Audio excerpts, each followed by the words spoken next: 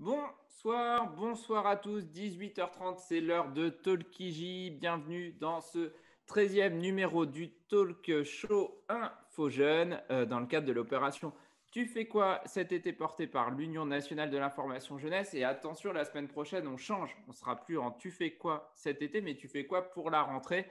C'est la dernière émission avant la rentrée. Pour nous, ça va de notre côté. Depuis le 16 juillet, on a fait notre rentrée, donc on est prêt pour la semaine prochaine. C'est un gros avantage.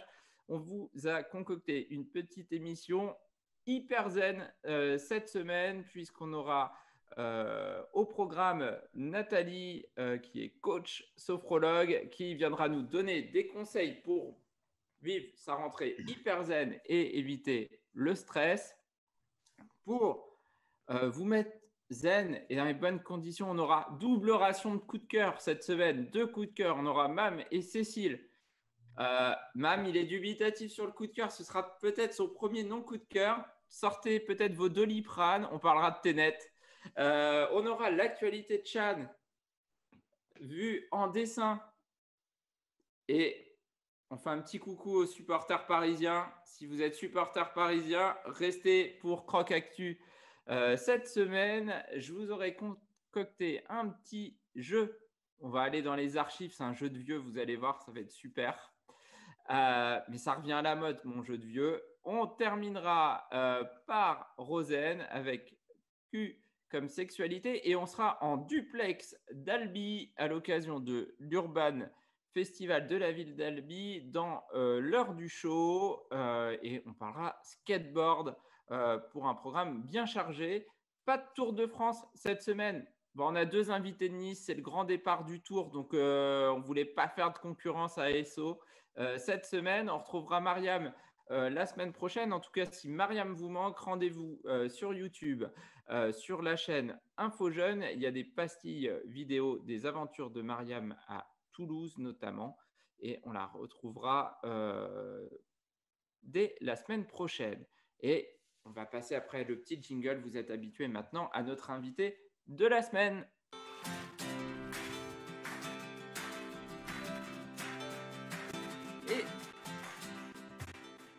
Et notre invité cette semaine, c'est Nathalie Mazot, qui est de Nice aussi, comme Cécile. Vous avez de la chance, hein. Bon, en ce moment, peut-être pas.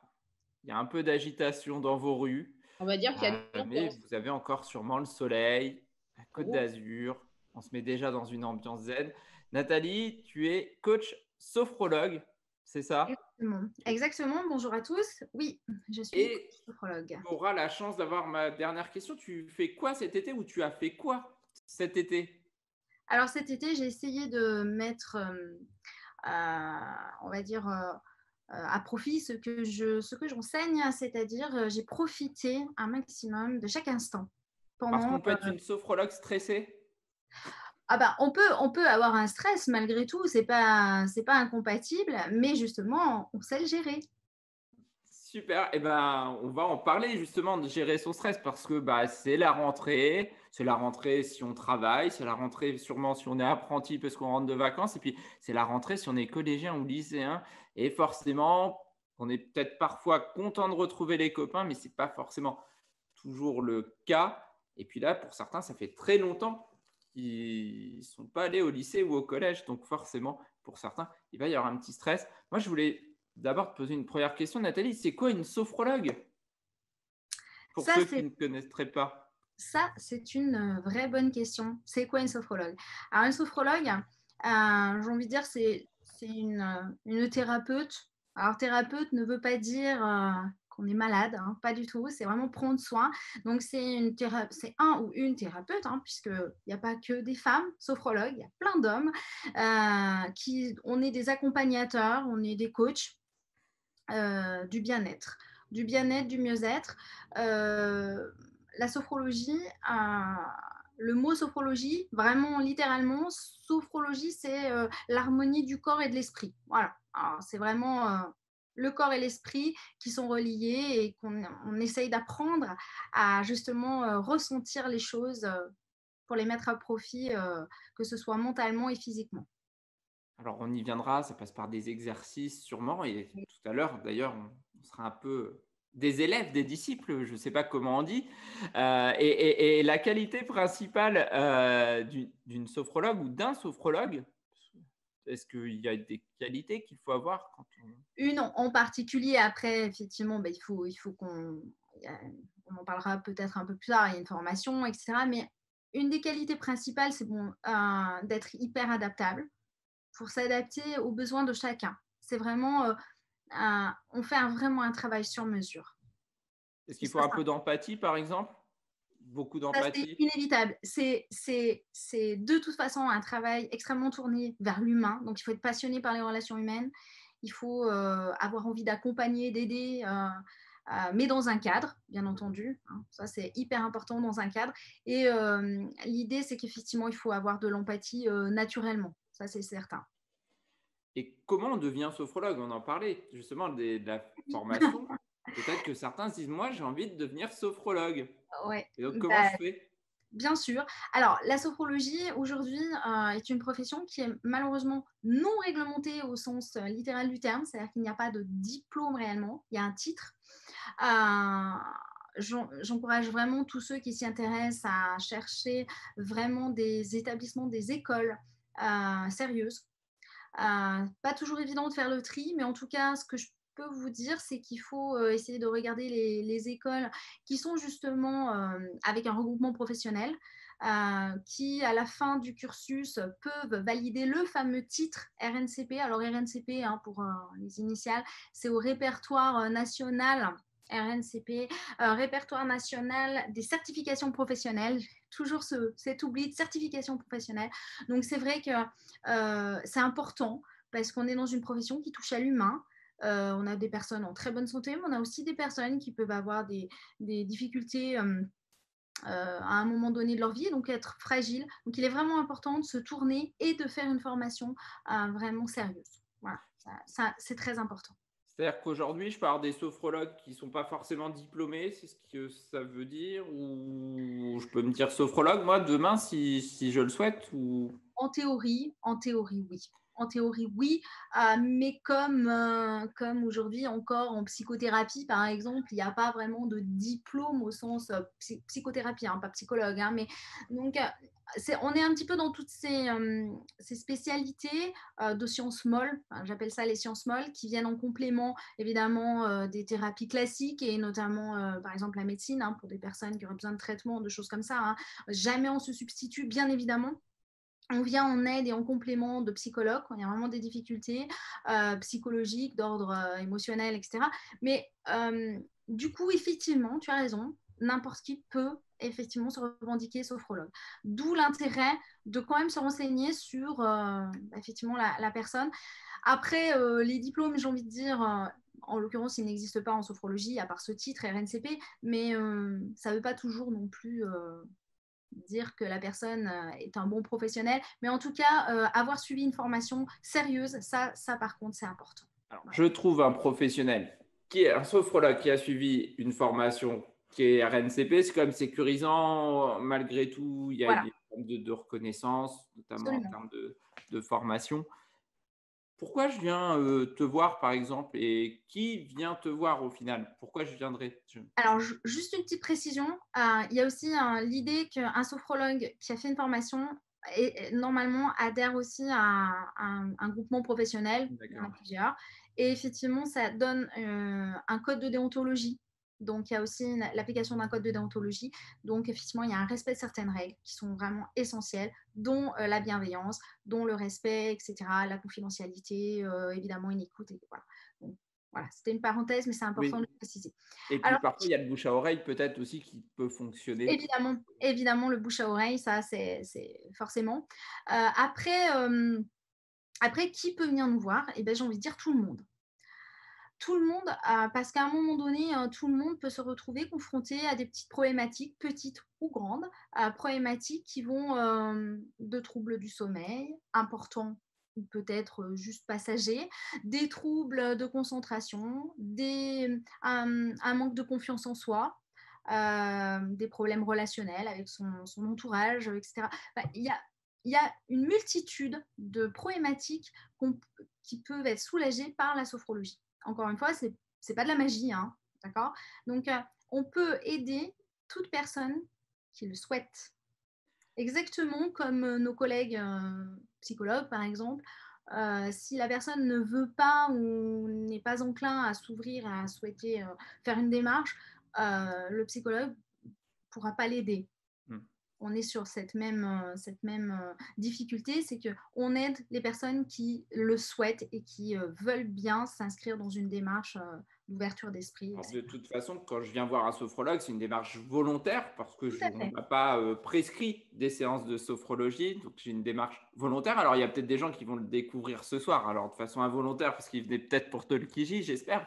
Et là, ils vont découvrir la sophrologie. À partir de quel âge je peux faire de la sophrologie? Je Alors, suis ado. Est-ce que je peux alors consulter une sophrologue avec mes parents, forcément?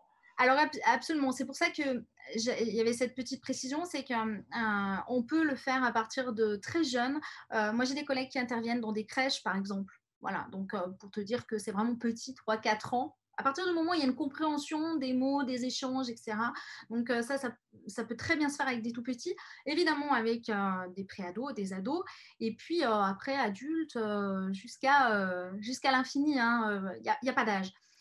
La sophrologie, elle s'adapte vraiment. C'est pour ça que je tiens vraiment à dire que c'est une des capacités, une des qualités vraiment qu'il faut avoir, c'est l'adaptation, l'adaptabilité.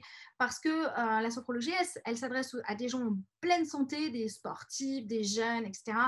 Mais elle s'adresse aussi à des personnes handicapées, des gens malades, des gens vieillissants, dans des situations très compliquées physiquement. Donc, elle s'adapte et elle doit s'adapter. Donc, j'ai envie de dire, les jeunes qui viennent, souvent, c'est quand même souvent une démarche des parents. Ça peut être hein, directement par les jeunes eux-mêmes qui disent oh, bah, tiens, j'en ai entendu parler, ou j'ai un copain, une copine qui avait une préparation mentale pour ses examens, ça a fonctionné, moi j'ai envie d'y aller.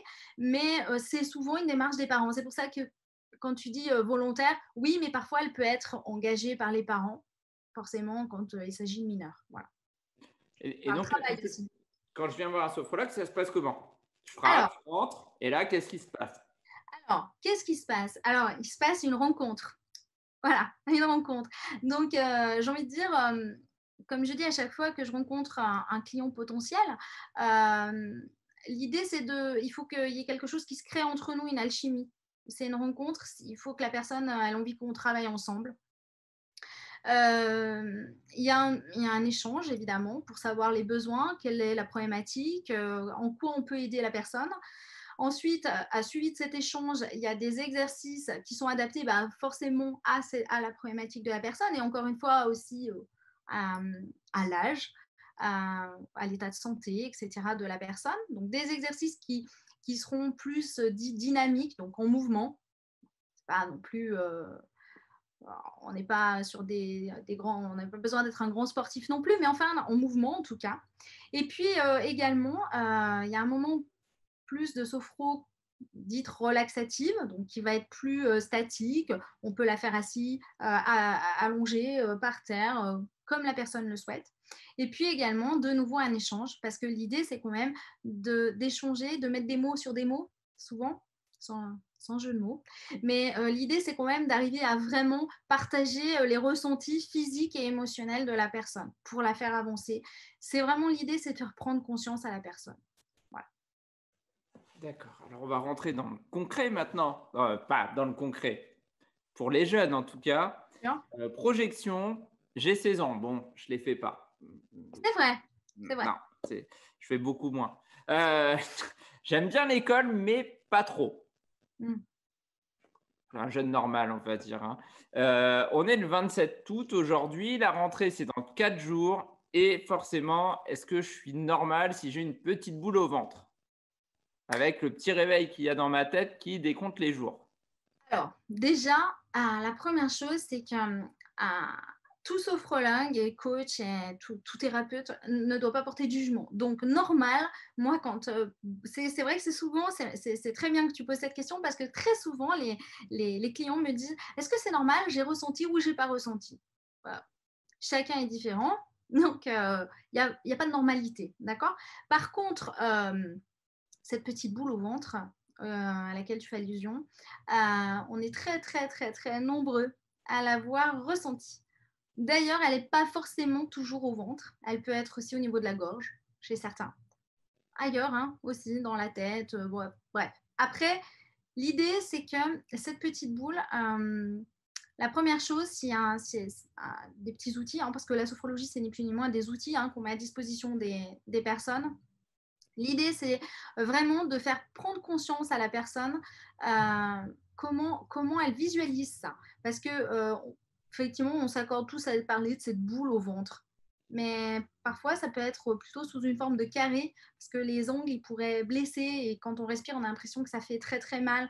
Ça peut être une boule de feu qui a plutôt tendance à nous brûler. Ça peut être... Bref, il y a maintes possibilités de ressentir cette boule. Alors moi, ce que j'invite à faire les personnes qui ont cette problématique-là, ben, c'est déjà de se poser la question, alors soit d'en discuter effectivement avec quelqu'un de confiance, ou tout seul. Ben, ça peut être prendre un stylo pour ceux qui ont envie de dessiner, qui aiment bien dessiner, qu'il faut plutôt être visuel ou auditif, peu importe. Mais l'idée, c'est d'essayer de l'exprimer. Ça peut être un dessin, ça peut être peut-être de la nommer, donner un nom à cette gêne, à cette voilà. Déjà, verbaliser un petit peu plus, essayer de faire le tour de comment je la ressens, pourquoi elle est là aussi. Se poser la question, finalement, est-ce qu'elle ne m'indique pas quelque chose, cette petite boule, cette espèce de gêne? C'est le Je ne sais réveil pas, de la plein de rentrée. choses à se poser comme question. Donc, c'est déjà une première réflexion. Comment? C'est le réveil de la rentrée. Alors, le réveil de la rentrée, ben, c'est logique parce que justement, du coup, elle est apparue parce qu'il y a le fameux petit réveil qui, d'un coup, hop, hop, hop, c'est la rentrée. Mais on va essayer de la faire passer. Alors, il n'est pas question de supprimer, mais en tout cas d'essayer de mieux la supporter.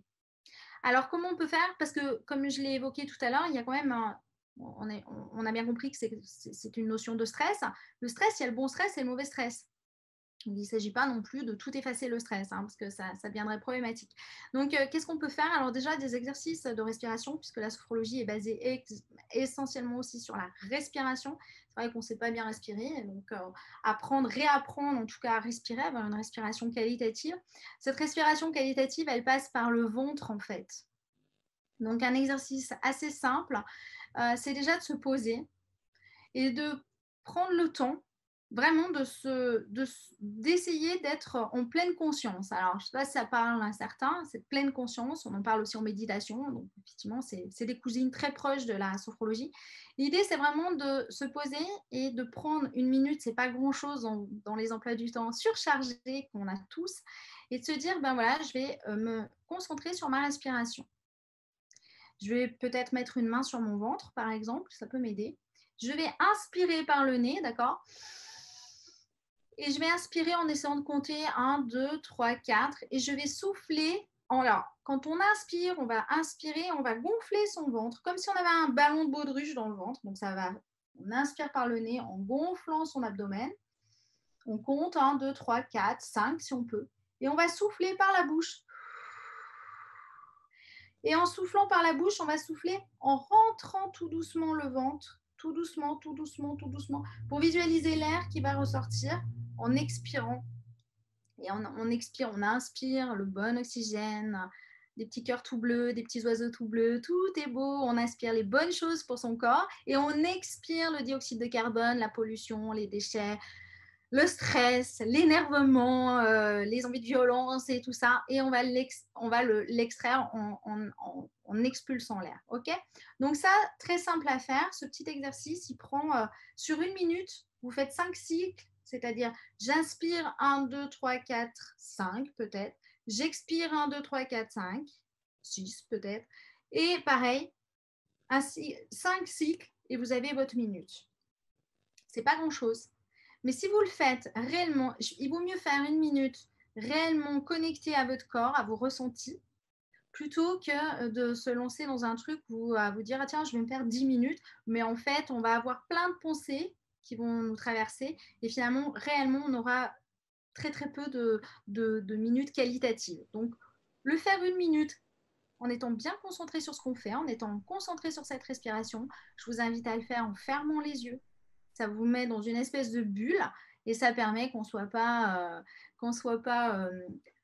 d'un coup un petit peu pris par la mouche qui passe ou je ne sais quoi, le téléphone, les messages qui arrivent, etc. Voilà. Donc ça, c'est un excellent moyen d'essayer de dissoudre ou en tout cas d'amoindrir cet effet de boule au ventre. Voilà, ou de nœud. Ça peut être l'impression de nœud dans le ventre. Voilà. Et puis parfois, ça revient le dimanche soir. Parfois. Donc, Parfois. c'est des exercices qu'on peut renouveler. Alors, ça revient le dimanche soir. On comprend pourquoi. C'est pas parce qu'on comprend pourquoi que finalement cet état de gêne part. Donc finalement, par la respiration, on va essayer, au lieu de se dire ouh là là, j'ai mal ou il y a quelque chose qui me gêne, je le regarde pas, hein, je me cache, hein, on va penser à autre chose, on va faire autre chose. Ça fonctionne pas en fait. Ça fonctionne l'espace d'une seconde et puis ça revient. Alors, on va au contraire effectivement se polariser sur cette douleur, cette gêne, en respirant. Donc avec le même exercice, mais en se disant, OK, je vais essayer de chasser cette espèce de gêne. Alors encore une fois, dans la mesure où au préalable, tu auras déjà écrit ou visualisé ou dessiné cette espèce de gêne, peut-être tu lui auras donné un nom, j'en sais rien, et bien à ce moment-là, quand tu vas inspirer, et souffler, tu vas essayer de visualiser que tu expulses cette gêne ou ce carré, parce que ça peut être, encore une fois, avec des angles, parce que parfois, ça peut faire vraiment très, très mal au niveau de l'estomac ou du ventre. Voilà. Alors moi, c'est plus quand il y a le minuteur de Tolkiji, en fait. C'est pas le dimanche, mais c'est quand j'annonce 1 minute avant le début du live. C'est ça. Donc des petits exercices en fait tout simples déjà pour en fait il faut essayer d'appréhender finalement cette boule et essayer un petit peu de la dompter plutôt que de la faire disparaître. C'est peut-être ça en fait Complètement. j'ai bien suivi. Alors Parce que Nathalie, on a bon, hein. ah, Elle a du bon. elle a du bon, ouais. C'est du bon stress parfois quand même. Alors, Nathalie, on a un invité vedette dans Talkiji, enfin un chroniqueur vedette. Il est attendu toutes les semaines. Il paraît qu'il s'est mis au yoga, en tout cas sur les réseaux sociaux. Il a annoncé qu'il s'était mis au yoga. Il était très branché muscu et Thibaut InShape avant. C'est Chaton. Et donc, il a une question pour toi. On va écouter la question de Chaton. Salut, salut, c'est Chaton. Voilà, j'espère que vous allez bien. Je tenais à remercier Léa Chou pour ses conseils à mon ami la semaine dernière. Merci, merci Léa. L'important, c'est d'être bien dans sa peau. Bon, alors, fini mes rêves de devenir tigre. Voilà, du coup, il y a 10 minutes, j'étais en chien. Non, attendez, pardon, je m'exprime mal. Je veux dire, j'étais en position du chien, en tête en bas, pendant ma séance de yoga. Voilà. Je vous le cache pas, avant la rentrée, j'avais besoin de déstresser. Ça tombe bien d'ailleurs, Nathalie. Merci Nathalie. Bonjour Nathalie, notre sophrologue. J'avais une petite question. Il y a quelques jours, avant de rejoindre ma litière, je faisais des pompes, des abdos et du gainage, tu vois, parce que je fais un court-métrage de kung-fu. Et du coup, juste après, j'ai eu beaucoup de mal à m'endormir. Voilà. Est-ce que c'est normal? Voilà. Merci pour ta réponse. Allez, je vous laisse. Je dois aller faire le cobra. Soyez zen et bonne rentrée à tous. Tchuss. Et Chaton qui faisait un petit clin d'œil à Léa Chou. Il écoute les conseils de nos invités, notre Chaton. Il ne rêve plus d'être un tigre, il va essayer de s'accepter tel qu'il est. Et par contre, il y a quelques temps encore, il faisait du gainage, des abdos, parce qu'il voulait tourner dans un court-métrage de kung-fu. Et il avait son rêve, c'était d'être le tigre dans Kung Fu Panda, en fait. Et du coup, il n'y arrive pas. Mais il faisait ça avant de dormir et il avait du mal à trouver le sommeil. Et là encore, il voulait savoir s'il y avait une explication à ça. De faire abdos, pompe et gainage avant de dormir, est-ce que ça... Oui, alors effectivement, déjà, tout ce qui est activité sportive à outrance, quand on a des difficultés d'endormissement, sont à éviter. Alors, je vais éviter de tomber dans la rengaine parce que déjà, j'ai des ados hein, de 18 et 21 ans, donc je sais très bien que interdire les écrans ou les supprimer, ou, enfin, on sait très bien que c'est franchement pas évident. Et puis bon, je suis pas exemplaire là-dessus non plus. En même temps, quand on commence à avoir vraiment des difficultés d'endormissement et que ça commence à devenir récurrent et que c'est pas exceptionnel comme là, par exemple pour la rentrée, déjà effectivement, il y a un rituel, on a chacun nos rituels de coucher. Donc si trop de muscu, trop d'exercice physique, trop effectivement d'excitation, hein, qu'elle soit visuelle, qu'elle soit peu importe. Effectivement, c'est pas terrible. Hein, je vais pas vous dire le contraire, c'est clair. En même temps, il suffit de pouvoir justement revenir dans un état de calme. Alors, c'est pas toujours évident, c'est sûr que ça se fait pas en une fois. Je vais essayer de vous donner un petit outil, mais évidemment, c'est pas comme ça en le faisant une fois que ça va être magique. Hein. La sophrologie, c'est vraiment de l'entraînement. C'est déjà de se mettre bah, dans j'ai envie de dire dans un contexte où on va être au calme, même si c'est pas toujours super évident. S'allonger tranquillement, se mettre évidemment dans son lit, c'est mieux pour dormir.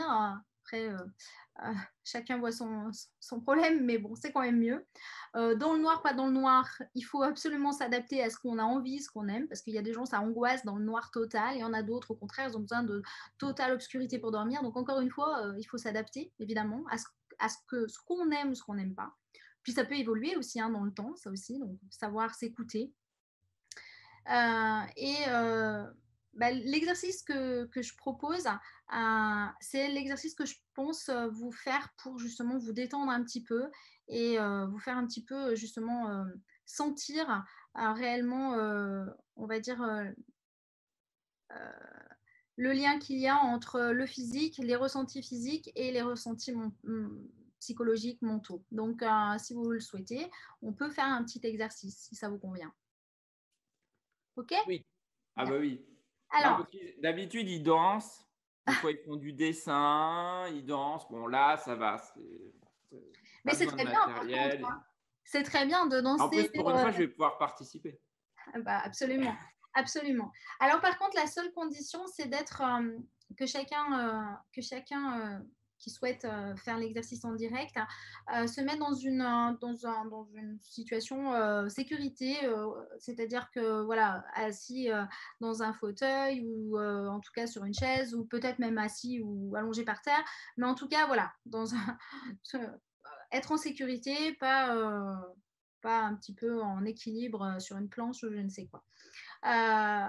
Je vous propose de fermer les yeux pour ceux pour qui c'est vraiment quelque chose d'insupportable, vous les laissez ouverts, mais essayez de fixer un point de façon peut-être en abaissant un peu le regard, tout simplement pour ne pas être distrait par toutes les images ou des choses qui pourraient venir un petit peu perturber ce moment de calme.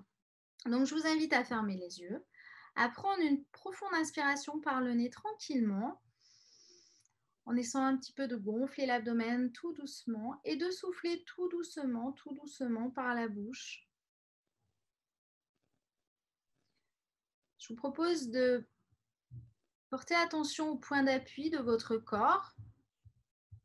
Ça peut être l'arrière de votre tête si vous êtes appuyé, votre dos,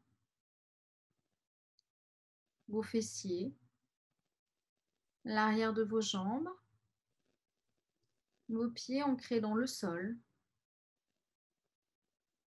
vos mains posées délicatement sur vos cuisses ou sur votre bureau. Portez attention au bruit de la pièce dans laquelle vous êtes installé.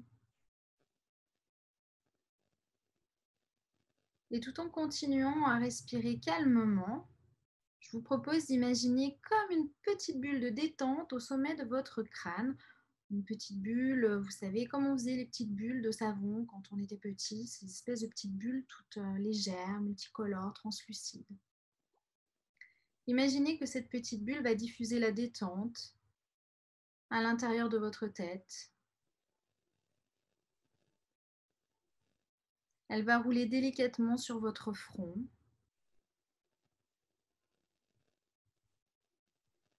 Sur vos paupières délicatement posées, sur vos yeux.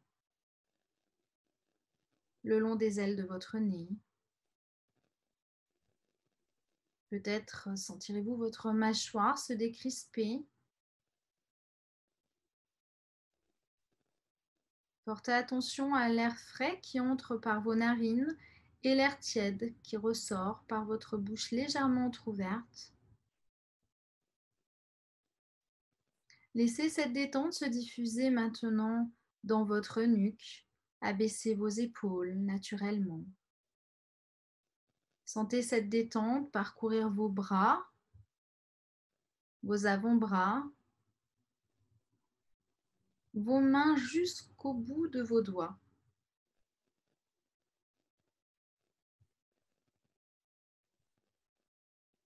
À présent, laissez cette petite bulle de détente rouler délicatement sur l'ensemble de votre dos, lui permettant de s'étirer, se délester des tensions inutiles. Peut-être sentirez-vous comme une douce chaleur ou au contraire, plutôt une fraîcheur.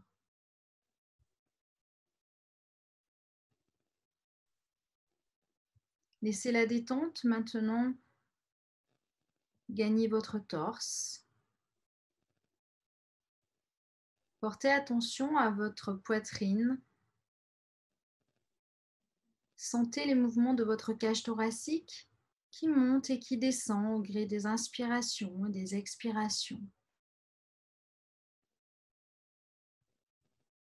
Sentez l'air circuler à l'intérieur de votre abdomen.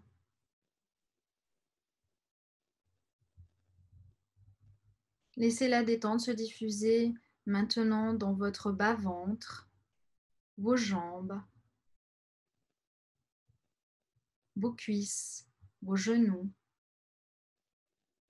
vos mollets, vos pieds, jusqu'au bout de vos orteils. Prenez conscience que l'ensemble de votre corps est détendu et relâché. Sentez peut-être vos vêtements sur votre peau. Laissez le calme, la tranquillité, la sérénité envahir l'ensemble de votre corps. Le sommeil, vous gagnez progressivement, tranquillement. Prenez conscience de votre capacité à vous endormir sereinement, tranquillement. À présent, je vous propose de reprendre contact avec les points d'appui de votre corps, l'arrière de votre tête, votre dos, vos fessiers, l'arrière de vos jambes, vos mains posées délicatement. Progressivement et à votre rythme, je vous propose de remettre en route votre corps. Vous pouvez bâiller, vous étirer. Vous prenez une profonde inspiration par le nez et vous soufflez fortement pour vous dynamiser. Et lorsque vous le souhaiterez, simplement lorsque vous le souhaiterez, vous ouvrirez les yeux à votre convenance.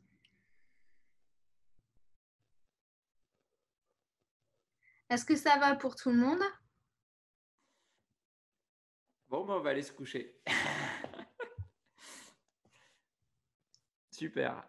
Ça va?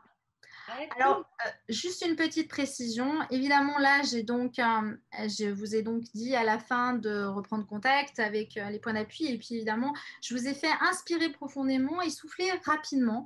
Parce qu'en fait, pour avoir une petite idée, c'est que plus on inspire, plus on expire lentement, c'est-à-dire qu'on souffle lentement, plus on va se calmer, se rendre zen, se rendre serein. Plus au contraire, on va souffler fortement, plus on va se remplir d'énergie. Donc typiquement, le sportif, hein, quand il est sur la ligne de départ, il va pas... pour se calmer, oui, mais pour partir, il va souffler et il va y aller. Donc voilà, c'était un petit peu Disons que quand vous avez à vous endormir, ne soufflez pas et ne prenez pas des grandes inspirations trop amples parce que vous apportez un maximum d'oxygène et plus on apporte de l'oxygène au cerveau, plus on a tendance à être boosté. Donc, c'est très bien, mais quand on veut s'endormir, on cherche plutôt à se calmer. Donc, allez-y doucement. Et puis, n'oubliez pas, trop d'oxygène, ça fait tourner la tête. Et même mes étudiants, parfois, quand je leur fais faire des exercices et qu'ils sont debout, je leur fais faire des mouvements amples de respiration. Ils disent ouais, non, c'est bon, c'est bon, elle dit ça, je ne vais pas avoir la tête qui tourne, ça va. Moi, j'ai 20 ans, 21 ans, 22 ans. Bah, si, et si, la tête tourne parce qu'on n'a pas l'habitude de respirer aussi amplement, sauf pour des personnes qui sont entraînées, sportives, des gens qui font de l'apnée, enfin, bref, voilà. Voilà. Alors, Nathalie, merci. On est plus zen Merci là. à vous. On est au top. Je regarde sur Twitch, est-ce qu'on a des questions? Non, on a des gens qui nous disent merci. Alors, il y a quelqu'un qui nous a dit que grâce à ça, il n'allait pas tuer quelqu'un. Je pense que c'était une blague. Il ne faut pas en arriver là, malgré tout. Voilà, on fait un petit tour sur Twitch. Mais parmi les chroniqueurs, est-ce que vous avez des questions pour Nathalie? Cécile, Mam, allez-y, c'est parti. J'ai une question, Nathalie. Tu as parlé de ce dont on a besoin pour être sophrologue, mais il y a une chose qui m'a heurtée quand on faisait l'exercice, c'est ta voix. Parce que j'imagine que tu as une très jolie voix, mais j'imagine que la voix doit être hyper importante quand on est sophrologue, parce que pour peu qu'on tombe sur quelqu'un qui a une voix comme ça, super énervante, voilà quoi. La maman de Neo et Swan, par exemple. Voilà. Tu ne dois pas être sophrologue dans la vie. Alors, tu as raison, c'est vrai que ça fait partie effectivement des choses qui sont, j'ai envie de dire, alors là pour le coup, totalement indépendantes de la personne. Mais en même temps, la voix, ça se travaille, ça peut se travailler si vraiment il y a un problème. Après, effectivement, quelqu'un qui aurait une voix très, très, très, très aiguë et qui n'arriverait pas à la modérer, oui, ça pourrait être vraiment handicapant. Encore une fois, chacun, on est sensible à certains sons et à certaines fréquences. Et du coup, il y a des personnes qui vont qui vont kiffer, entre guillemets, des fréquences peut-être un petit peu plus aiguës ou au contraire plus graves. Mais effectivement, c'est sûr qu'il y a un timbre de voix et surtout un ton à avoir, effectivement. Mais bon, ça se travaille. C'est vrai que la voix transporte, en tout cas. Enfin, merci. On peut retrouver des... Voilà, si on n'a pas une Nathalie en consultation, comment on fait en fait si on est tout seul dans son lit, on se concentre sans la voix, parce que c'est vrai que la voix a tendance à pas mal guider en fait. Alors, ce qui est clair, c'est que la sophrologie, c'est pas l'idée, c'est que quand on fait appel à un sophrologue, on ne se lance pas dans une psychothérapie de 10 ans. Hein. L'idée, c'est d'aller assez rapidement, j'ai envie de dire souvent en 3, 4, 5, peut-être 8, 10 séances, mais franchement, en 3, 4 déjà séances peut vraiment aider. L'idée, c'est que si vraiment c'est pour une problématique de sommeil ou d'autres, mais on peut arriver à enregistrer certaines séances. Par exemple, on aurait pu enregistrer là le petit exercice qui est un petit peu plus développé quand on le fait en consultation, mais enfin en séance. Mais je ne suis pas hyper favorable non plus à l'enregistrement. Pourquoi? Parce que l'idée, c'est de rendre autonome la personne. Donc, effectivement, si les problèmes d'endormissement sont très importants, j'arrive à le propose au début, etc. Mais après, il faut que la personne, elle arrive à s'auto... je sais que je nous tire une balle dans le pied en tant que professionnel, mais en même temps, voilà, l'idée, c'est pas de rendre la personne dépendante de son enregistrement. Et si elle n'a pas son enregistrement, elle ne peut pas dormir, quoi. Voilà. Il faut aussi, mais ça s'apprend parce qu'en fait, au bout d'un moment, ça devient comme une espèce de petite musique. Et puis, encore une fois, le sophrologue met des outils à la portée des clients, quoi. Hein. Donc, chacun doit après s'approprier ça.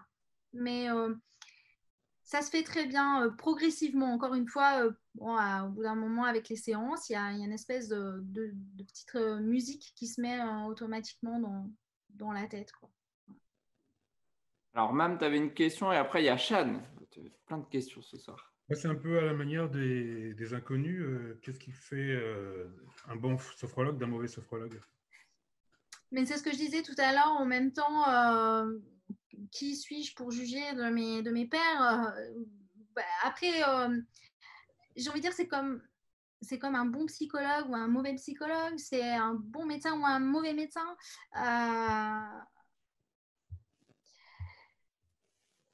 On est sur un métier tourné vers l'humain. Donc, j'ai envie de dire où on est, du verbe naître, tourné vers l'humain, on aime ça, ou on ne l'est pas. Et dans quel cas, j'ai envie de dire, très vite, le métier, on verra qu'il n'est pas fait pour nous. Après, des bons et mauvais, autant de sophrologues, autant de sophrologie, autant de psychologues, autant de psychologie, à quelque part. Parce qu'on a une approche, on est dans l'humain, donc on a une approche qui est aussi personnelle, on a un vécu, voilà. C'est pour ça que je parlais de rencontres et qu'il est possible, hein, il m'est arrivé, moi, d'avoir des personnes avec qui, effectivement, le courant passait pas. Alors, comme on est obligé de travailler dans une totale confiance, effectivement, il faut que le courant y passe. C'est une rencontre. Donc, avec les enfants, particulièrement, c'est vrai que les parents, souvent, ils viennent, ils ont beaucoup d'attentes et on leur dit, il faut que l'enfant, il nous accepte, il nous kiffe, quoi, hein, parce que sinon, s'il n'y a pas d'alliance qui se crée, on n'arrivera pas à travailler avec l'enfant, quoi. Donc, c'est important. Et avec les ados, évidemment, aussi. C'est une rencontre, quoi. Il faut que ça matche. Voilà. Allez, Shan, c'est à toi. Tu avais une question? Alors, je suis désolée, moi, c'est beaucoup plus pragmatique comme question. C'est au niveau des remboursements. Est-ce que c'est une forme de thérapie qui est remboursée ou seulement partiellement? Comment est-ce que ça se passe? Ah oui. Alors, excellente question, parce que c'est vrai qu'on oublie souvent cette face-là. Absolument. De plus en plus de complémentaires santé mutuelles pour, remboursent, prennent en charge en tout cas une partie. Alors, là encore, hein, chaque complémentaire santé mutuelle a son propre fonctionnement. Donc, ça va être soit sous forme de forfait, soit pour une séance, soit plusieurs séances, etc. Ça peut être dans le cadre du forfait médecine douce, ça peut s'appeler médecine douce, santé plus. Il y a beaucoup d'appellations. Donc, j'invite toutes les personnes qui seraient intéressées à poser la question à leur complémentaire santé en leur demandant si effectivement il y a dans leur contrat la possibilité d'avoir la prise en charge de séances. Bien entendu, un sophrologue se doit de faire une facture, hein, exactement comme maintenant dans l'ostéopathie, par exemple. On est nombreux à aller consulter des ostéopathes. Il nous faut une facture et on peut avoir une prise en charge. Ça peut aller d'un nombre de séances à une participation sur la séance. Enfin, voilà. Mais de plus en plus, de complémentaires santé participent. Ce qui,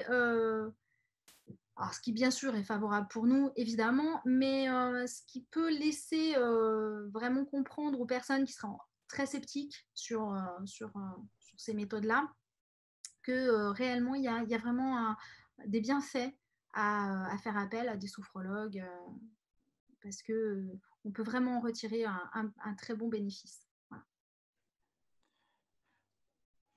Alors, le temps nous est forcément compté. Nathalie, un grand merci en tout cas d'être venue dans Talkiji. Alors, je ne sais pas pour ceux qui nous écoutent, mais nous, on est plus zen d'un coup. J'espère que les chroniqueurs vont se remettre de leurs émotions. Voilà, si on est du côté de Nice, on peut, ou pas trop loin, peut te contacter si on est à la recherche d'une sophrologue, par exemple. Sinon, il y en a forcément partout sur le territoire en France et même dans les dom-toms. C'est ça. Voilà, on espère que… De plus en plus, les sophrologues, je le précise, on travaille beaucoup par visio parce que avec ce méchant virus dont nous sommes tous victimes, on va dire, on travaille beaucoup en visio et effectivement, c'est un peu différent, mais la qualité n'en est pas du tout moindre. Donc, n'hésitez pas parce que nous sommes vraiment nombreux à travailler aussi en visioconférence. Et on a eu la démonstration que ça pouvait fonctionner. Et que ça fonctionne. On est tous très, très bien reliés. Voilà. Donc, un grand merci pour ta disponibilité. Merci à vous. Rentrée, elle est déjà faite, mais bonne reprise avec les études. Merci à vous tous pour votre écoute, tout ça, votre attention. Et puis surtout, bonne rentrée à tous. Et n'oubliez pas, respirez et souriez. Et tout se passera très bien. Même derrière le masque. Même derrière le masque, un sourire, on le voit avec les yeux. Merci beaucoup, Merci Nathalie. beaucoup. À bientôt. Au Merci, revoir. au revoir, bonne continuation, bonne rentrée. Au revoir. Et on va voir notre premier coup de cœur avec Cécile dans quelques instants.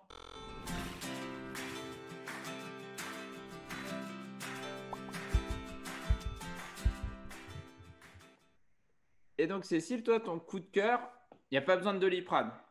Ah non, il n'y a pas Ah, besoin de... on commence par toi parce qu'après le truc zen, on voulait pas mettre un truc prise de tête. Donc, on parlera de Ténet après. Non, ça va rester zen, sauf si vous entendez trop l'hélicoptère du Tour de France qui est au-dessus de ma tête, mais voilà, ça devrait bien se passer. Puisque ce Tolkiji donc est consacré à la sérénité pré-rentrée, que pour la préparer, Romain nous a un petit peu obligés à faire des séances de yoga et à boire du thé vert tous les jours, hein, les gars. Je me suis dit que j'allais suivre le mouvement. Les filles aussi. Hein. Non, les gars, quand je dis les gars, c'est de façon générale.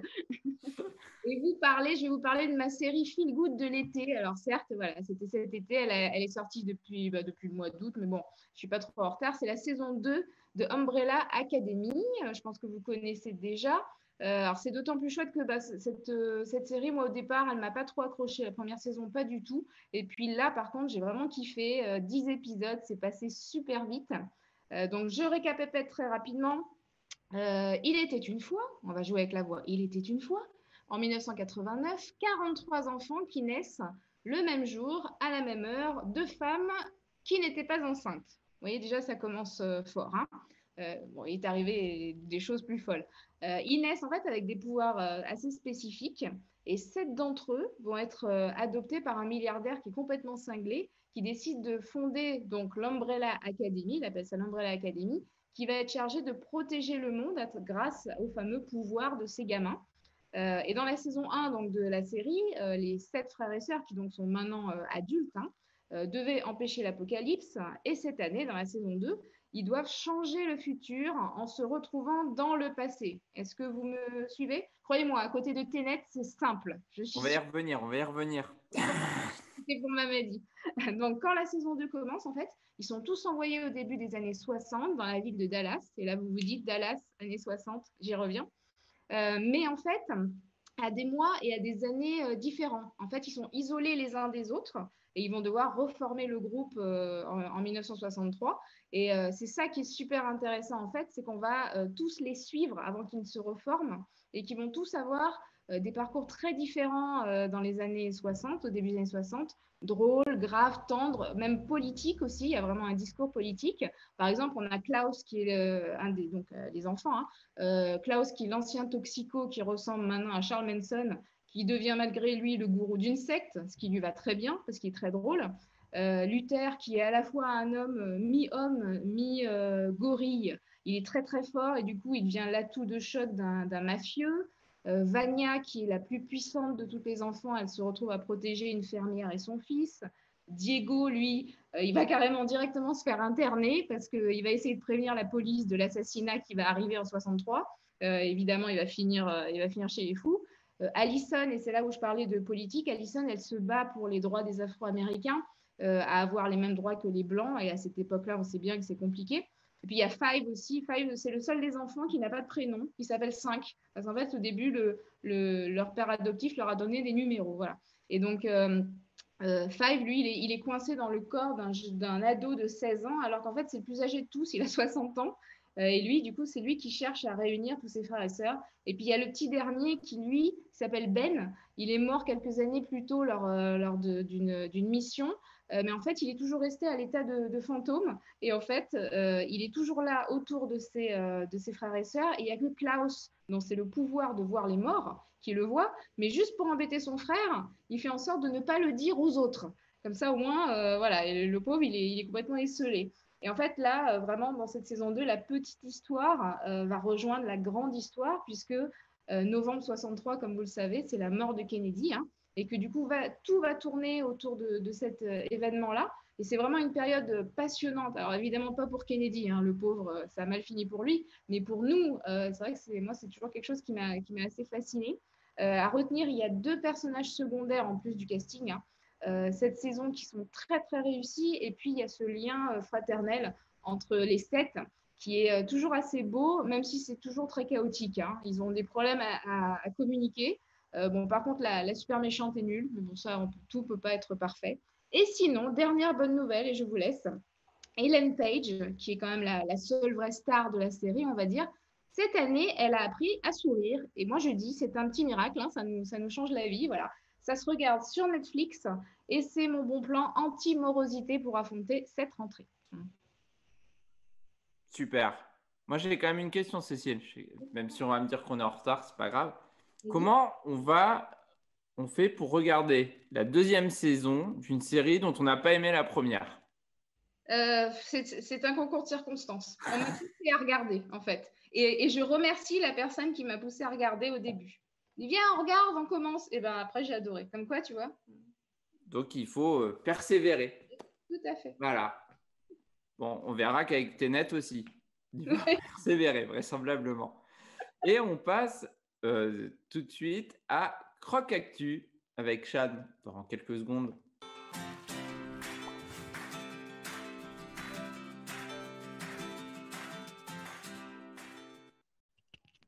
Et donc, Chad, qu'est-ce qui t'a inspiré cette semaine? Et bah, zen, c'est le mot de l'émission d'aujourd'hui. Et je sais pas si vous avez lu On les rêvait articles. d'avoir Zazie d'ailleurs. Hein. De quoi? On rêvait d'avoir Zazie. Invité à la fin. Sa chanson Zen, soyons zen. Mais... Blague de vieux. Blague de J'ai vieux. pas compris. Non, mais voilà. Je savais que c'était le moment de la faire pour me louper. Zazie, elle avait une chanson. La dame qui est jurée dans The Voice. Avant, elle chantait. Et donc, elle a une chanson qui s'appelait Zen, soyons zen. J'irai écouter. Ouais, elle est bien en plus. Du coup, voilà, zen, c'est le mot de l'émission. Et zen, c'est aussi le mot du PSG avant son match contre Bayern. Je sais pas si vous avez lu un peu les interviews, les articles. Mais il se disait très serein, très zen. Il ne s'inquiétait pas du tout de ce match. Et Il y a ben, Neymar qui portait sa sono portative grande comme ça en arrivant. C'est cool. Peut-être qu'ils auraient dû stresser parce que ça s'est pas hyper bien passé pour eux finalement. Ils ont perdu à 1-0 contre le Bayern. C'est dommage. Et donc, pour l'occasion, j'ai fait un petit mème.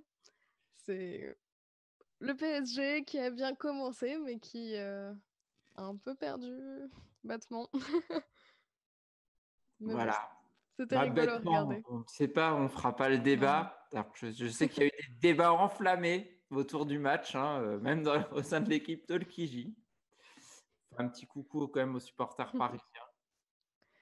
Ouais, bah, moi j'ai grandi à Paris et j'y connais rien au foot, j'avoue. Je regarde pas beaucoup les matchs, donc c'est vrai que c'est pas très sympa de ma part de parler, mais Et, je sais que Mam était désemparé de cette défaite, par exemple, et J'ai est beaucoup. meurtri au plus profond de son être. Hein. Le supporter de l'OM que je suis, s'est bien marré. J'ai passé une très bonne soirée. Voilà.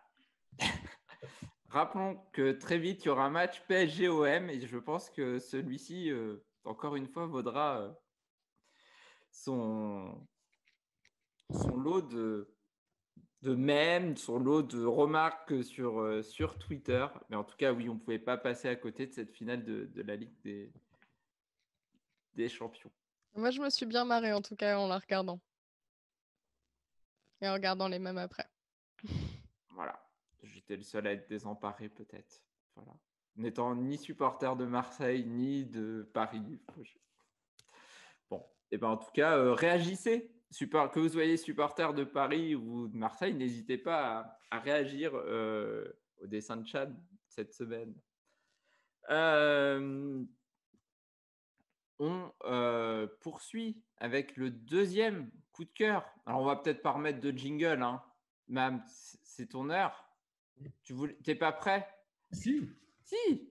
Attention. Je suis dans les temps. Prenez un verre d'eau, un crayon, papier. C'est l'heure du coup de cœur de Mam qui n'en est peut-être pas un pour Tenet, le phénomène Tenet. Il y a eu deux choses dont on a parlé cette semaine, c'est le PSG et Tenet. Hein. Enfin, absolument, mais dans tous les cas, dans les deux cas, c'était un peu flou, si je puis me permettre ce jeu de mots. Blague de vieux, Tenet, flou. Bon, pas grave. Ouais. Bon, En tout cas, j'ai le plaisir d'attaquer à ce dossier. Hein. Ça me fait vraiment plaisir parce que c'était quand même le film le plus attendu de l'été. Hein. Et donc signé Christopher Nolan, un des plus grands maîtres du cinéma américain actuel. On lui doit quand même la relance de la franchise Batman pour ceux qui ont suivi. Il y a eu Memento aussi, Dunkerque. J'avais bien aimé.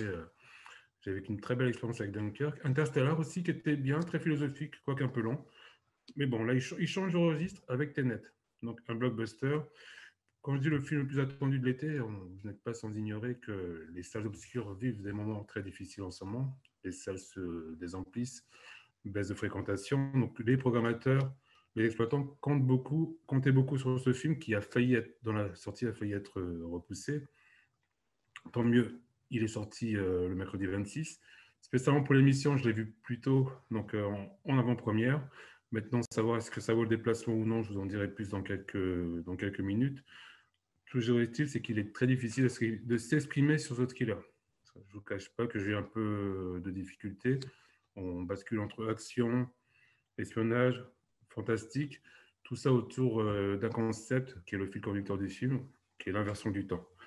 Promis, il n'y aura pas de spoil, donc je ne vais pas rentrer dans les détails du film. Peut-être juste vous dire que, pour le speech, tout démarre voilà, d'un mot, Tenet, donc, qui est prononcé pour le protagoniste du film, qui est incarné par John David Washington. C'est le fils de Denzel Washington, que vous avez peut-être pu voir dans Black Klansman, qui était un chef-d'œuvre, le chef-d'œuvre de Spike Lee. Donc ce dernier sillonne l'univers crépusculaire de l'espionnage international et sa mission le projettera dans une dimension qui dépasse le temps. Pourtant, il ne s'agit pas d'un voyage dans le temps, mais d'un renversement temporel.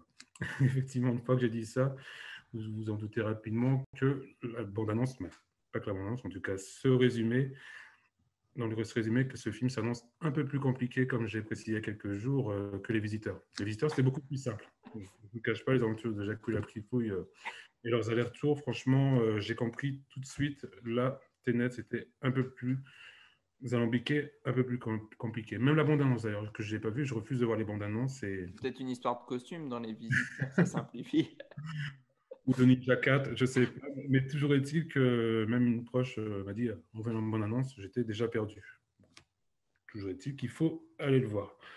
Et pour tout avouer, je n'ai pas d'avis vraiment tranché hein, sur Tenet. Esthétiquement, le film est réussi. Franchement, au niveau de la mise en scène, que je trouve audacieuse, les superbes images, le visuel est très très fort. La musique, très bon. J'aime la qualité de la musique, qui est assez tonitruante. Parfois un peu trop. Parfois, je trouve qu'elle est même étouffante. Mais en même temps, comme dirait l'autre, certaines séquences, bien que sensationnelles, m'ont donné un peu le tournis. J'ai d'ailleurs... J'étais le voir avec un copain d'ailleurs qui, à un moment, qu'à la fin du film, a demandé un Doliprane quand même, et ça, ce n'est pas une blague.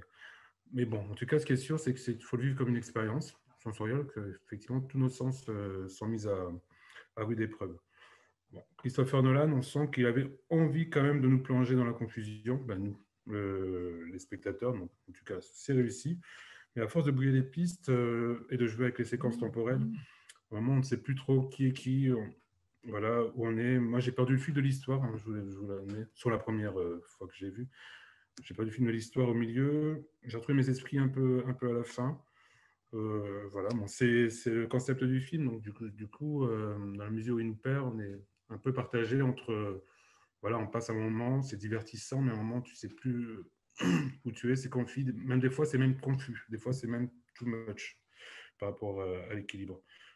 Je vais parler quand même des acteurs. Effectivement, j'ai cité John David Washington, qui est pour moi épatant. Franchement, il est très très bon dans ce rôle, je trouve très convaincant.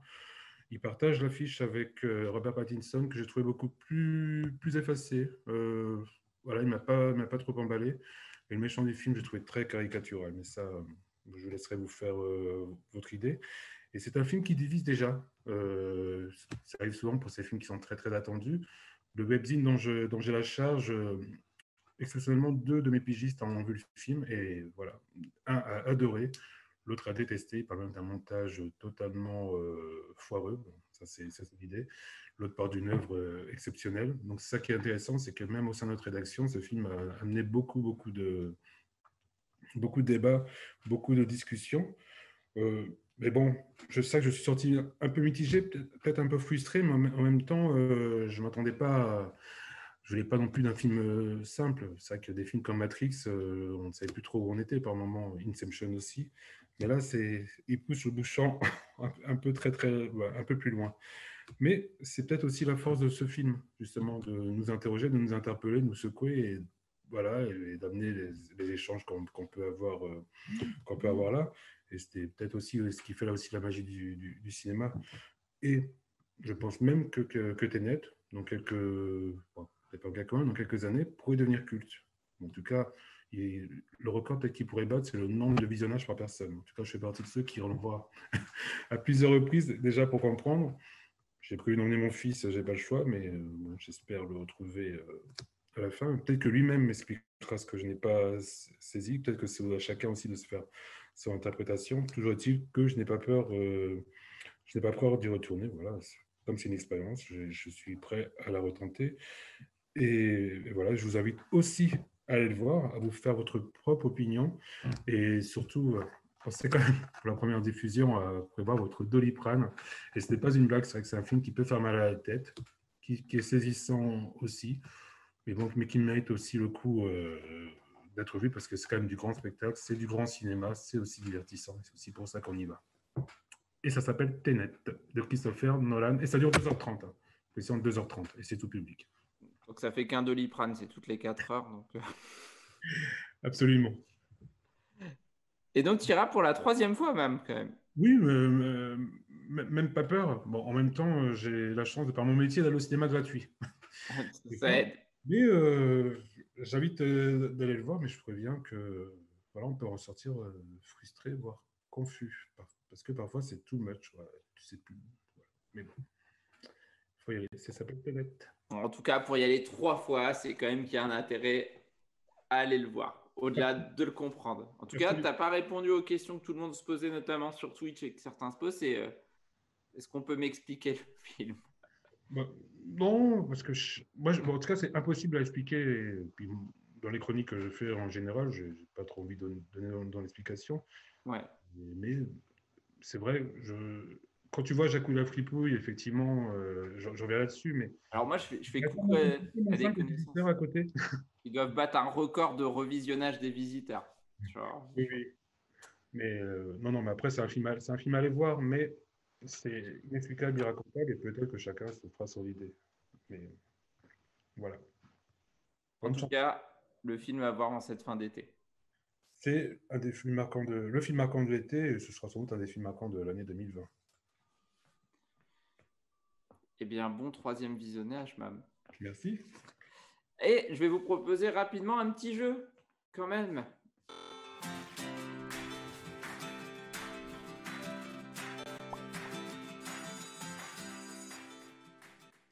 Et vu que le thème, au-delà du côté zen, cette semaine, c'était un peu le retour dans le passé. Et Cécile, il n'y a pas eu de spoil dans ta chronique. Il faut le rappeler quand même, je voulais le rappeler. Non, parce que pour les gens qui ne sont pas au courant, à Dallas en novembre 63, JFK, dans tous les cas, ça se termine mal.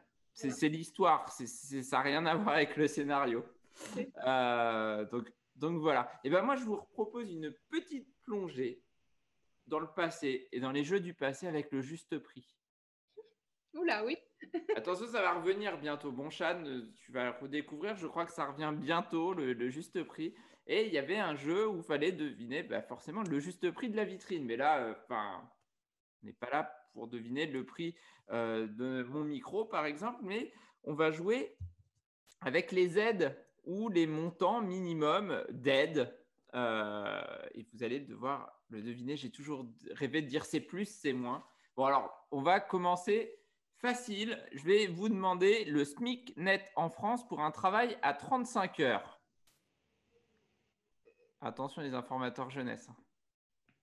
Alors, c'est 1000 quelque chose. 1250 275. C'est moins. 1200 C'est plus.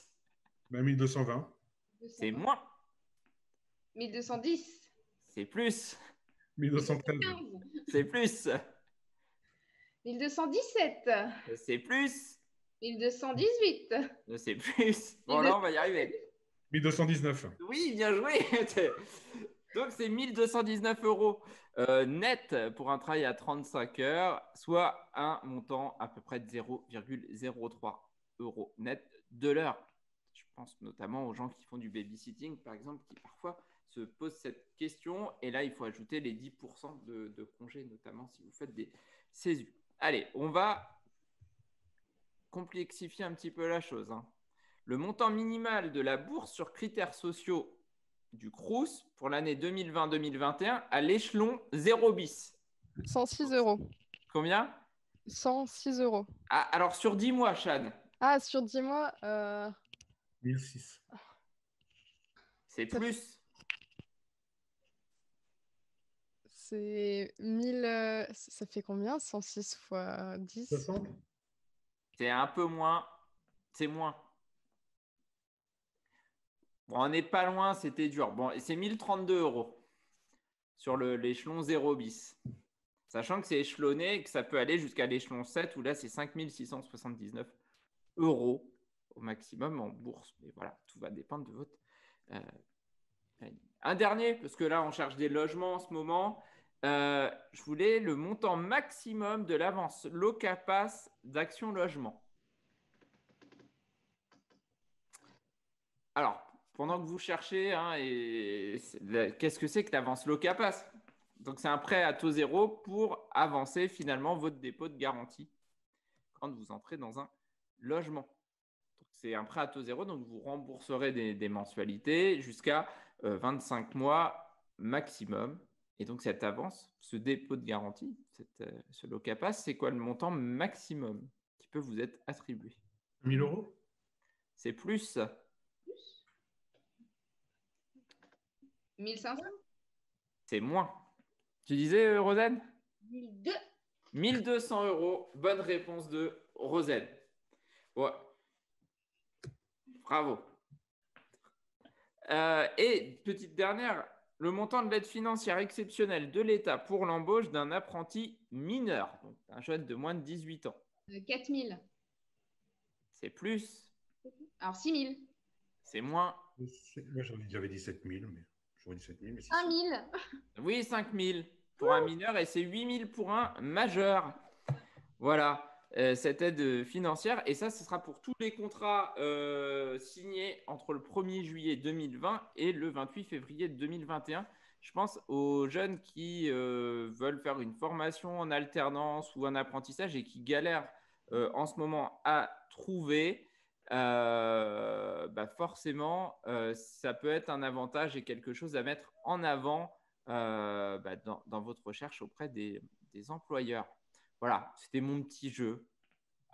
Donc, vous pourrez retrouver les chiffres, notamment dans le réseau Information Jeunesse, si vous posez des questions aussi sur toutes les aides qui peuvent exister. Je vois qu'on est quasiment en duplex de l'Urban Festival. Alors, on va faire un petit point interview depuis Albi avec la chronique geek, une semi-geek. On repassera après à la chronique Q comme sexualité de Rosanne et on reviendra après pour la démonstration de skate à Albi. Alors, est-ce que Pierre, tu es avec nous ou pas? Bon, on va lancer. Oui, je suis avec vous. Pierre, tu es avec nous? Ouais. On vous attend avec impatience. Eh bien, on est là. On est là. Alors, 2 secondes, je recherche le président du spectacle. Ah, alors bon, vous pouvez profiter un petit peu. Ah non, c'est en vignette vu que c'est moi qui parle, mais on est en duplex d'Albi. Ça va se mettre en place. C'est les joies du direct.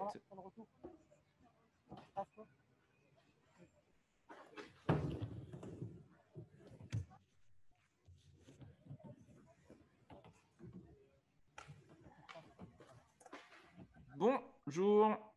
Est-ce que vous nous entendez? Eh ben, vous êtes en direct dans Tolkiji. Il a l'air de faire beau Albi, en tout cas. C'est la première info. Alors, est-ce que Pierre, tu pourrais augmenter le son si Pierre entend ou pas? Alors, on va essayer en régie parce qu'on entend de très très loin. Alors, est-ce que tu peux te présenter, nous expliquer un petit peu ce que c'est que l'Urban Festival à Albi? Du coup, moi, je suis Geoffrey Amiel et je m'occupe de l'association du Skate Club Albi qui organise depuis 25 ans, 20 ans l'Urban Festival à Albi en collaboration avec la mairie. Et voilà, du coup, nous on organise la partie skate de l'événement qui est un événement qui rassemble plusieurs cultures urbaines. Alors, plusieurs cultures urbaines, c'est-à-dire il y aura des concerts, il y a des contests de skate, de BMX, c'est ça?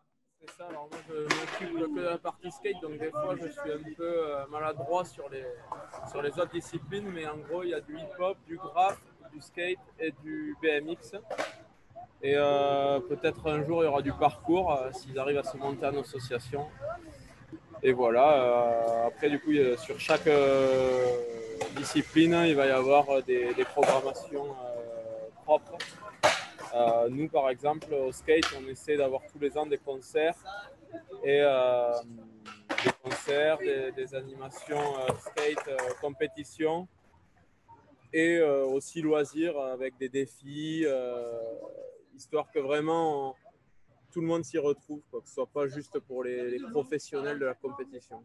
Alors donc là, c'est un peu le hop, ça commence demain réellement? Alors là, cette année, prévision météo un peu difficile, donc là, on a déformé notre programme, on a commencé une journée plus tôt, et du coup, normalement, on commence demain, s'il pleut pas, et on finira donc samedi soir en beauté avec un concert. D'accord. Et donc si on est du côté d'Albi, où est-ce qu'on peut vous retrouver, vous, pour le skate? Alors là, sur l'événement, on est au Jardin National. Et si on veut nous retrouver toute l'année, on est au Carré Public. On a un skatepark ouvert qui est le lieu est mis à disposition par la mairie d'Albi. Et voilà. Et donc qu'est-ce qu'on fait pour donner envie aux gens de venir? Qu'est-ce qu'on verra demain, par exemple? En dehors Alors demain, qu'est-ce qu'on on va faire de l'initiation. Toute l'année, on fait de l'initiation, mais là, du coup, on l'a fait vraiment ouverte au grand public. Donc, ce sera le matin. Et après, l'après-midi, on va faire un peu plus du pestacle, comme on dit dans le milieu. On va faire des compétitions. Donc, demain, c'est street, ce qui correspond à des modules de skate qui correspondent à ce qu'on peut retrouver dans la rue, des bancs, des plats inclinés, des architectures qu'on peut retrouver dans la rue. Et samedi, ce sera rampe. Donc, la rampe, je ne sais pas si vous l'avez vu jusqu'ici. La rampe, c'est quelque chose en forme de U. On appelle ça un half-pipe, il y a plusieurs noms. Nous, on appelle ça une mini-rampe. Et qui est typée du coup à l'origine du skate, où on skatait dans des piscines vides. Voilà. Donc on va proposer plusieurs disciplines du skate ce week-end, on va montrer. Nous, après on ne se met pas trop la pression, on fait pas vraiment de démonstration à proprement parler. Il faut que les pratiquants viennent pour s'amuser, c'est comme ça qu'il y aura la meilleure démonstration. C'est zen, quoi. Voilà, décontracté. Ok, alors ce qu'on va faire, c'est qu'on a une petite chronique. Merci d'avoir présenté un petit peu l'asso, l'Urban Festival. On va faire notre petite chronique sexualité et on se retrouve après techniquement pour une petite démo de skate, je crois, depuis la rampe justement, si tout va bien. C'est ça. Eh ben, super. Alors en régie, on va nous lancer le jingle de la chronique Q comme sexualité de Rosen. Et puis nous, on se retrouve après.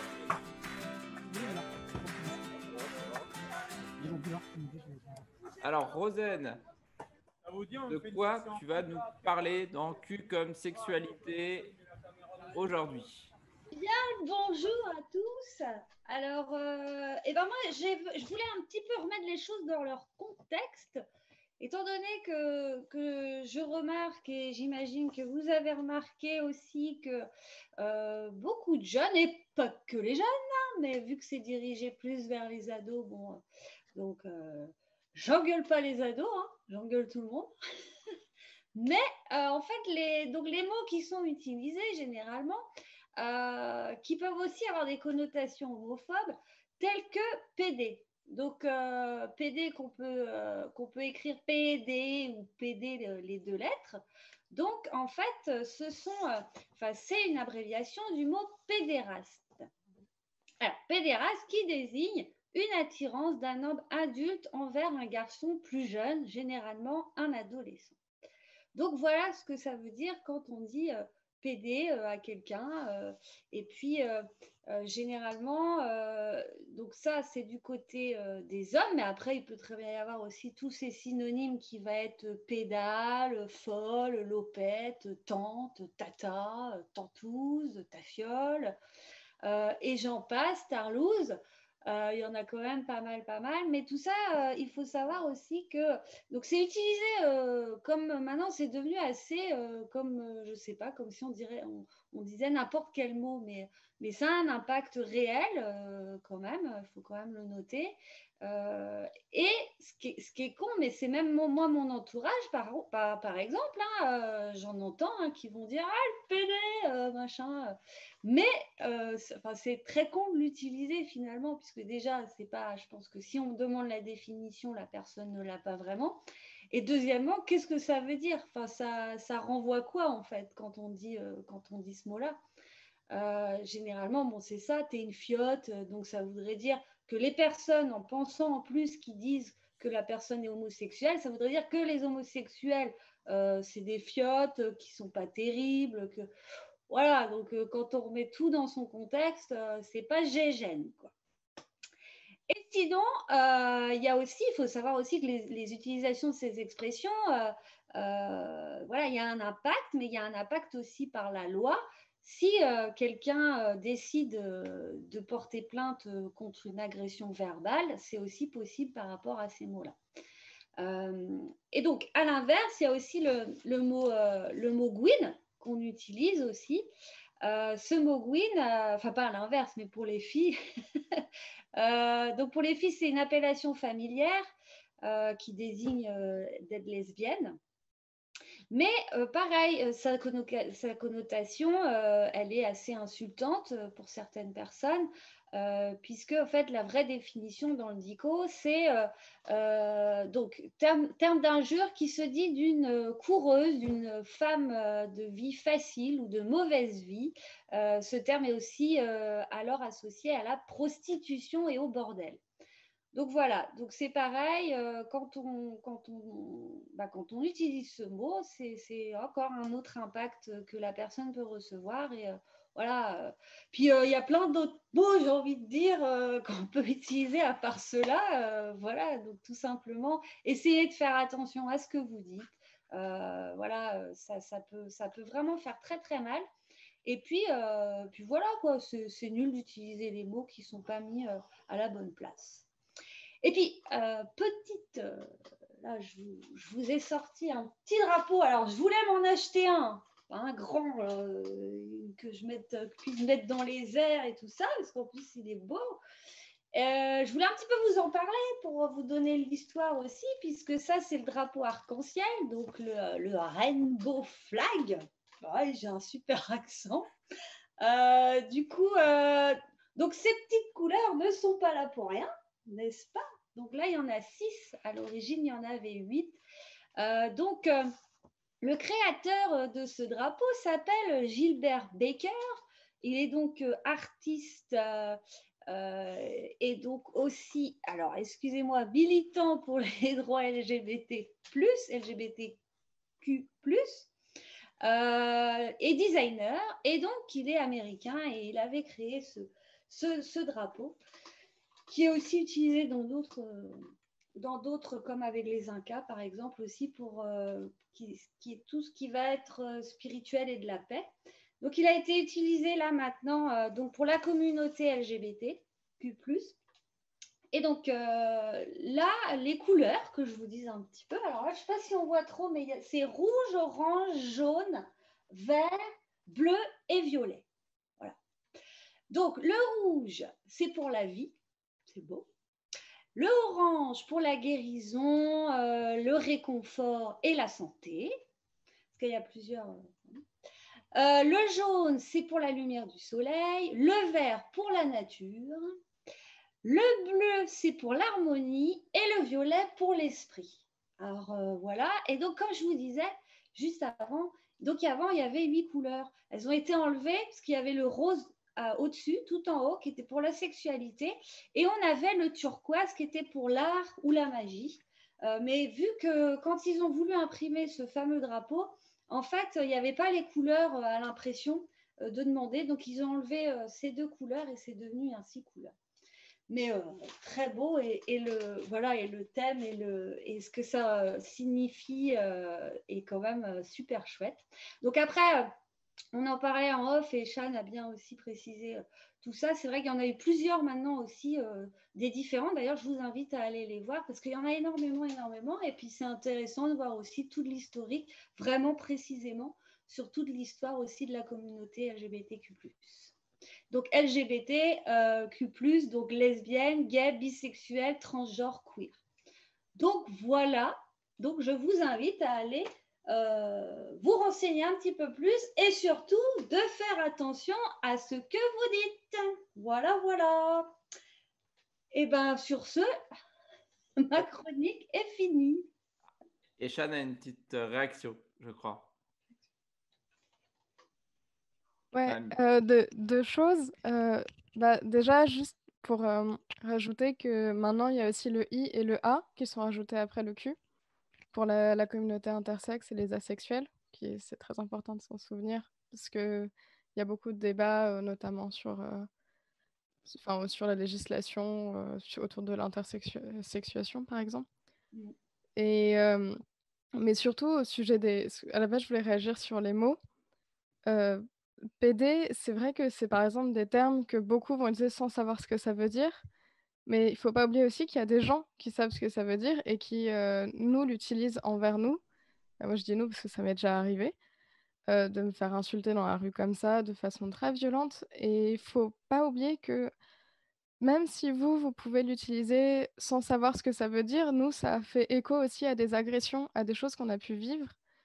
Et c'est pas anodin, en fait. C'est pas ce qui est pour vous une petite ignorance, pour nous, ça peut être des traumatismes très lourds. Donc c'est pour ça que c'est important de se renseigner. Et si une personne vous dit attention, ce mot-là, il faut pas l'utiliser, faut pas se braquer, il faut juste pas l'utiliser parce que c'est vrai que ça a vraiment un impact beaucoup plus fort que ce qu'on peut imaginer. C'est vrai, complètement. Et pour faire le lien avec ton dessin, il y a eu des grands débats dans les stades de foot avec des matchs arrêtés justement sur les dégagements de gardiens où un des grands thèmes, c'est oui, c'est les amateurs de foot voient où je vais en venir, où certains matchs avaient été, je crois, arrêtés. Il y avait les débats justement pour ces propos qui étaient considérés comme homophobes. Ça a été un effet de mode, hein, malheureusement. Parce qu'on s'est dit, si à chaque fois qu'il y a un mot homophobe, on arrête les matchs de foot, ça va être pire que la VAR. Et ça va stopper. Voilà, malheureusement, oui. Enfin, il faut quand même dire que derrière, il y a des choses et que l'utilisation des mots, je pense qu'il y a... Le vocabulaire français est suffisamment riche. On l'a vu rien que pour les synonymes de PD pour trouver éventuellement d'autres insultes. Et quand bien même, il faudra insulter dans les stats parce qu'on fait de mieux en termes de fair play. Ouais, même. Ouais, c'était le match Le Mans-Nancy qui avait été arrêté à l'époque. Nancy contre Le Mans. Et effectivement, après, ça a déchaîné pas mal d'homophobes derrière, quoi, qui se sont pris à jouer à ce jeu-là. Et ça a mis aussi en évidence aussi un sujet tabou qui est l'homosexualité dans le sport et en particulier dans le foot, parce qu'il y en a autant qu'ailleurs et il ne faut pas qu'ils aient peur de se cacher. Non, de se livrer. Se livrer, oui, c'est ça. Oui, de se livrer. Non, tu as dit de se cacher. Justement, au contraire. Et on se souvient aussi des mots malheureux de Louis Nicolin qui avait traité Pedretti de petite tarlouse, ce qui n'est pas non plus très glorieux. Exactement. Voilà. Sur ces mots, on va repartir pour du skate à Albi, à l'Urban Festival. Je crois qu'on est prêt dans la rampe en direct, Pierre. Ça va être l'heure du show. Bon, c'est parti. On fait le jingle quand même avant.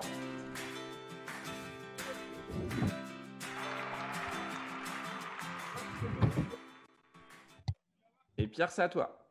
On est parti.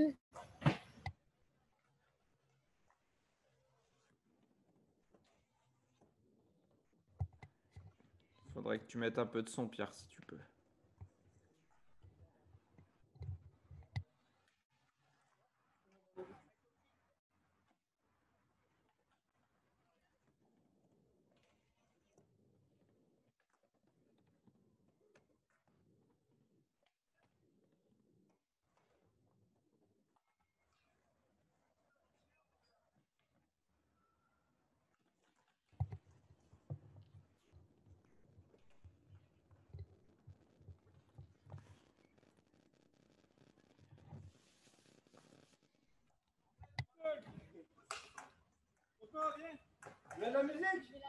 Ce Chromebook de mardi.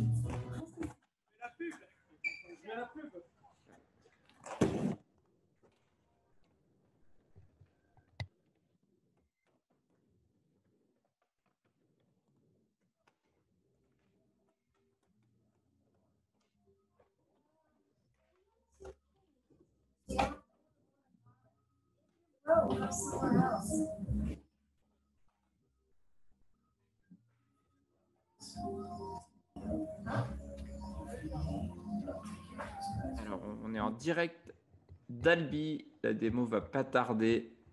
Je vais faire les commentaires en direct en attendant.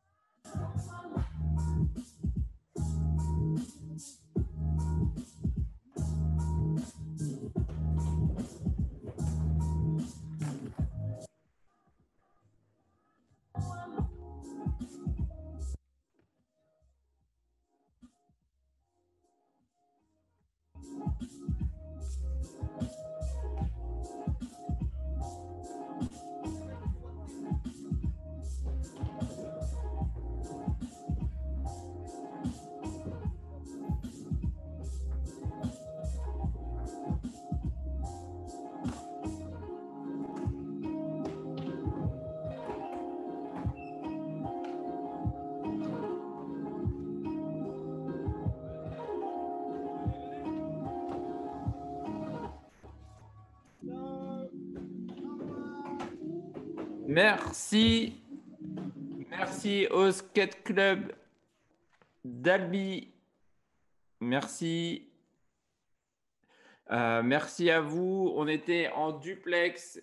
Alors, c'était une première, le duplex depuis Albi avec le Skate Club d'Albi. Vous pouvez les retrouver demain et après-demain dans le cadre de l'Urban Festival qui se passera à Albi. Nous, on va clôturer ce Talkiji numéro 13. Mamadi, Cécile, Chane, Rosen, merci. On vous donne rendez-vous jeudi prochain pour le numéro 14 de Talkiji déjà. On va vous souhaiter une bonne rentrée. Stressez pas trop. Pensez respiration si lundi soir ou dimanche soir, il y a une petite boule au ventre. Vous retrouverez le programme du prochain talk sur les réseaux sociaux. Si vous ne voulez pas le manquer, abonnez-vous sur Twitch et on sera là, nous aussi, après cette rentrée à 18h30 jeudi prochain. D'ici là, bonne semaine à tous. À bientôt. Salut.